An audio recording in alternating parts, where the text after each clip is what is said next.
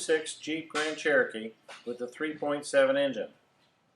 It's got 105,000 miles on it, and the customer's complaint was that it was leaking transmission fluid. We raised the vehicle up in the air and it was pretty obvious that we had a leak. It was all around the transmission pan. We take this little cover off. And with the cover off, you can see that there's an electrical connector right there. Now this is an '06 Jeep and it has a NAG 1 transmission in it. It's made by Mercedes. It was during that time when Mercedes actually took over Chrysler. So it's a Mercedes transmission called a NAG 1 that's in this Jeep. So we got the part number. And in here you can see that this is actually what is causing the leak. This actually sticks into the transmission, and as you can see there's two O-rings there which are causing the leak. We've got a pin that comes through and a little nut there that we have to get on to loosen this. So if you run into this kind of a leak, don't just assume it's the transmission pan. It's most likely these O-rings right here. Now we're going to change this. Just take a long narrow little screwdriver flat, pop the electrical connector cover off.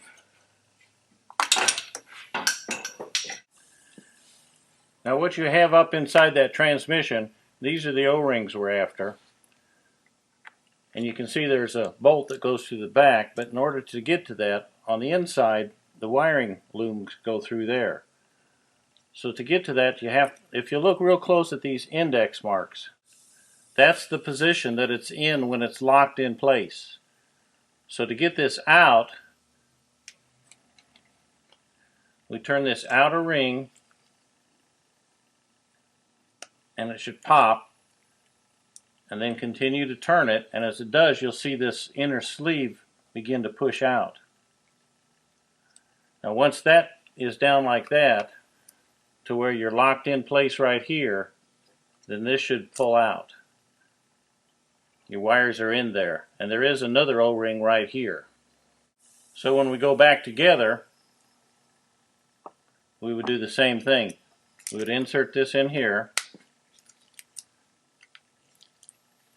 and turn this up until it's locked in place, and these two tabs should be locked right like that.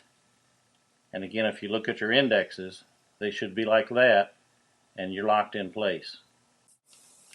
So we need to turn this outer ring towards us.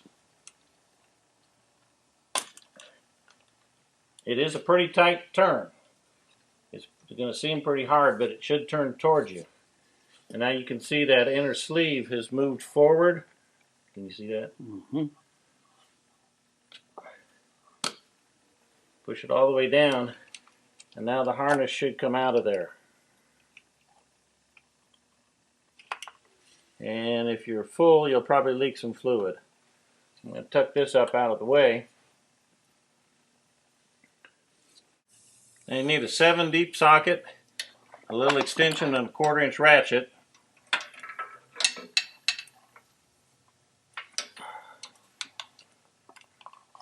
You're going to have to put it on that bolt by using the feel method.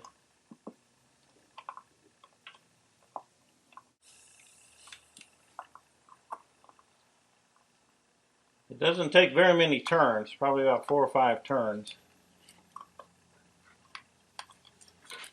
Okay. And then it should pull out.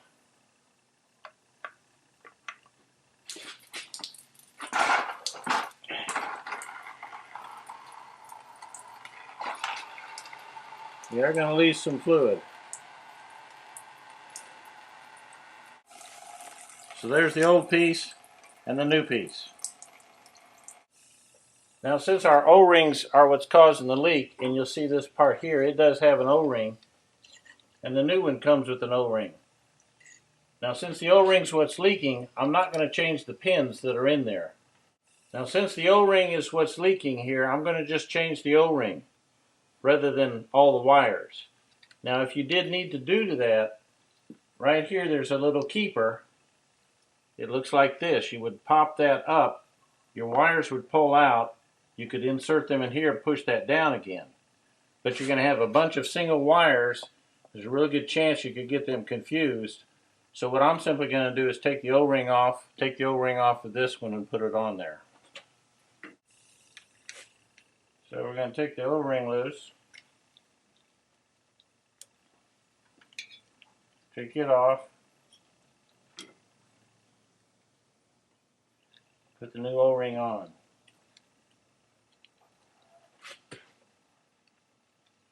So we're ready to put that one back in. Now we're ready to insert the new piece. Now when we go to insert this, you'll notice on the deep side here, there's 3 indexes. One little pointed one and 2 larger ones. They have to be lined up correctly for it to insert in. Now with the new O-rings, you have to kind of shove it in there. So we have to push that in there and try and line up those indexes. Just rotate it around, and when you get the right spot, it should pop in place. And then push it in further. Now we're ready for the bolt. Again, you have to go get on it with the feel method.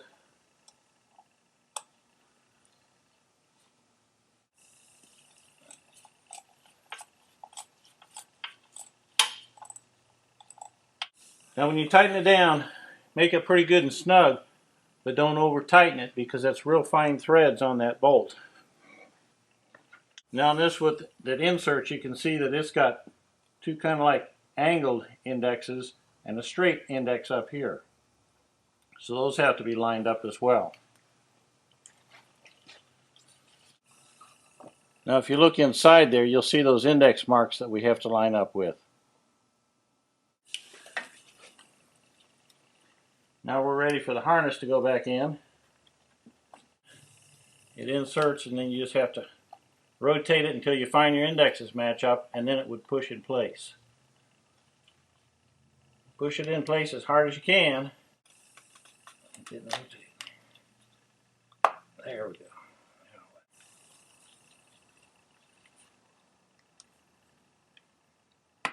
There it goes.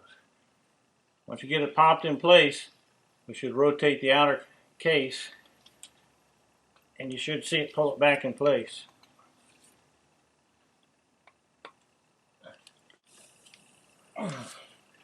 Then rotate it all the way to the top until your marks are lined up. Got a little bit more to go. There.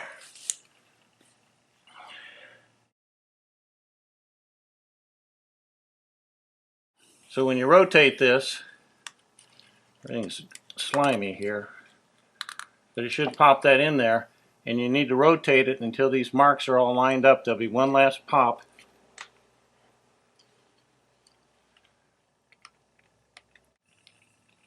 There. Wow. There'll be one last pop, and believe me, it's a pretty hard little pop. But you can see the 3 different alignment marks there. They need to be just like that for that to be locked in place. Then the last thing down here is put your cap back on it. It just fits on there. It snaps in place. Then you need to put your cover back on, and then we're done down here. Now we need to go at the top and refill the transmission, which is a task in itself. Now it's time to check the transmission fluid. That leads us to another problem. When you go to pull the dipstick, you'll see that there's a plug in the tube, but there's no dipstick. Now that's not unusual. That's how this Jeep was shipped out. In fact, in any of these transmissions, there's no dipstick sent out with the factory. Now the reason that is because these transmissions have a very peculiar process that you need to go through to check the fluid level. You don't just simply fill it like many of the others and dip a stick in there and see how full you are. It involves the temperature being right in the transmission. So you're going to have to get yourself a dipstick. They do sell them. You can get them from the dealer or you can get them from the aftermarket. Here's the part number. Here's the company and the part number, and if you look down here, it applies to these transmissions, especially the NAG 1. So if you don't have a dipstick in any of these transmissions, this one would fit it.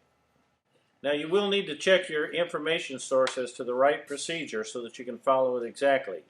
But basically it involves filling it to a certain point, starting the engine, letting it get up to normal operating temperature, run it through the different gears, and then they want you to actually look on your scanner at the transmission temperature, and then you put this dipstick in, pull it out and check it, and you compare the reading on the dipstick, and you'll see the dipstick is measured in metric increments. There's a chart that shows you what the reading should be in millimeters based on the temperature of the transmission. Now on this particular vehicle, when we went to fill it, when the transmission temperature was at the right place, we needed about 70 millimeters, so that's what we filled it to.